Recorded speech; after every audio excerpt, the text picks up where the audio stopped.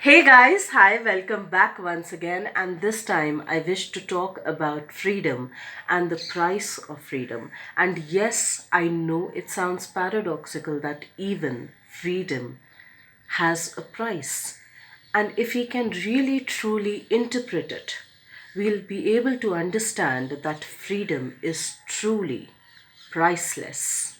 And that is why it has a bigger price.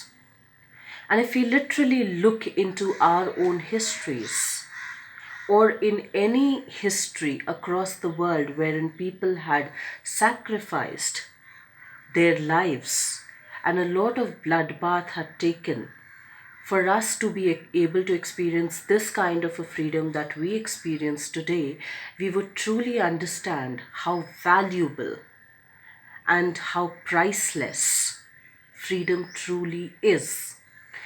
But let us also ask in the same breath that are we truly free, radically free? Do we experience freedom in its most radical format? Or are we free in a very controlled format? So, how can freedom be controlled?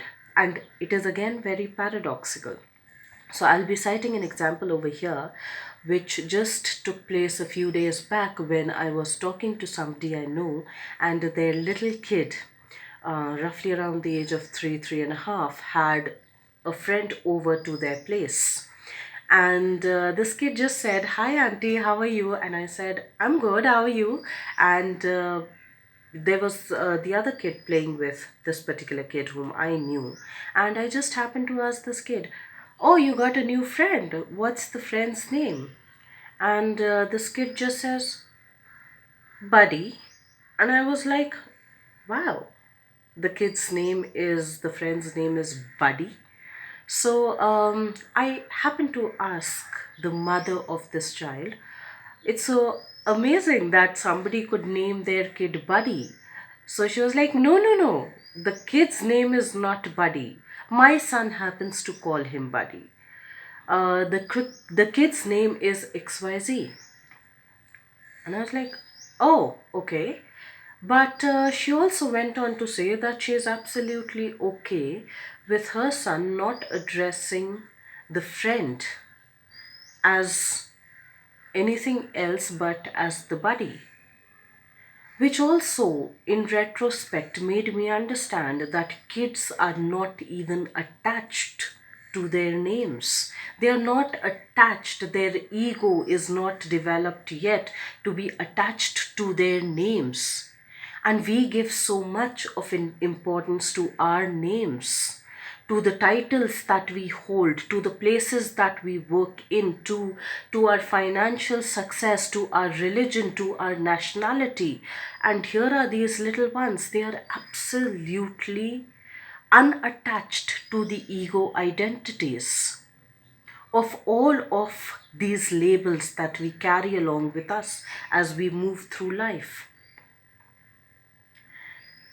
And there were these two little kids who were not attached to their names, who were not attached to their religions, who were not attached to any other things that make our ego.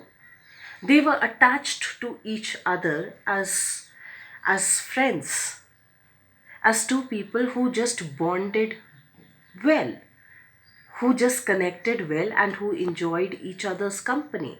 And that was one thing that I learned through those kids, the idea of being free, which is not being attached to these so called ego identities that we have.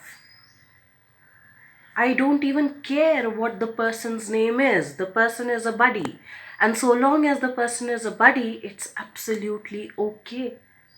And that was the message that I got about understanding radical freedom. So, my idea or my question is, are we truly radically free? Are we free from the attachments to our ego identities, to our desires, to our dreams, to our ambitions, to our finances, to our religion, to the beliefs of the family that we carry forward, to the beliefs of the culture that we carry forward, to our own gender, to our own physical beauty or non beauty? Because even if we look at the beauty industry today, it is close to 500 billion industry. And if it is a $500 billion industry estimated to grow into $850 billion industry in another 3 years, there is a lot of attachment even to our physical appearance and the kind of money that we will be generating out of this booming business. And our ego gets attached to that. So my idea of understanding freedom and of questioning freedom is that, are we truly radically free? Can we experience life without all of these labels attached to us, as to how it was shown in the movie PK? Can we experience that kind of liberty? Or is it for us also something that is evolving constantly and continuously as we evolve and grow through life? Is it a process in evolution? Is it an idea in evolution as we evolve within and amongst ourselves? As the me and the we that evolve together or independently? Is it also something that evolves along with the other notions that either evolve or devolve? So my thought today is to be able to question for ourselves, how truly free are we? Because if even one single person is radically free, we all have the capacity to be radically free ourselves, which means that probably our egos would not come in the way. But if any one of us, any form of life, is free but in a controlled way, we all are free in controlled manners. And that is why we have the notion of trying to control our life, trying to control the politics, trying to control the economy, trying to control the finances, trying to control the children, trying to control this and trying to control that. Invariably, we end up controlling life that is trying to express itself through us. And when we are trying to control it, it really doesn't flow easily. And that is when we get resistant to change. And that is where they also say that what you resist will persist. And that is why probably evolution takes longer than it should. Because we are resistant to change.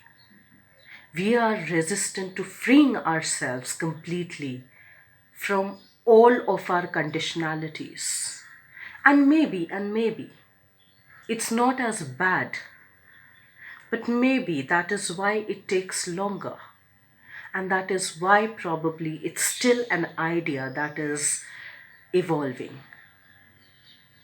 And for it to keep evolving, some things will have to be broken down. Some things will have to scatter. Some things will have to devolve for this idea of radical freedom to completely evolve. So let's try and work towards that. Let's try and think a little more about that. Let's try and get a little detached from our ego personalities. And yes, it does come handy once in a while, but most of the times we keep obstructing our own paths. So let's try and do that, and I will see you once again soon. Till then, stay tuned in.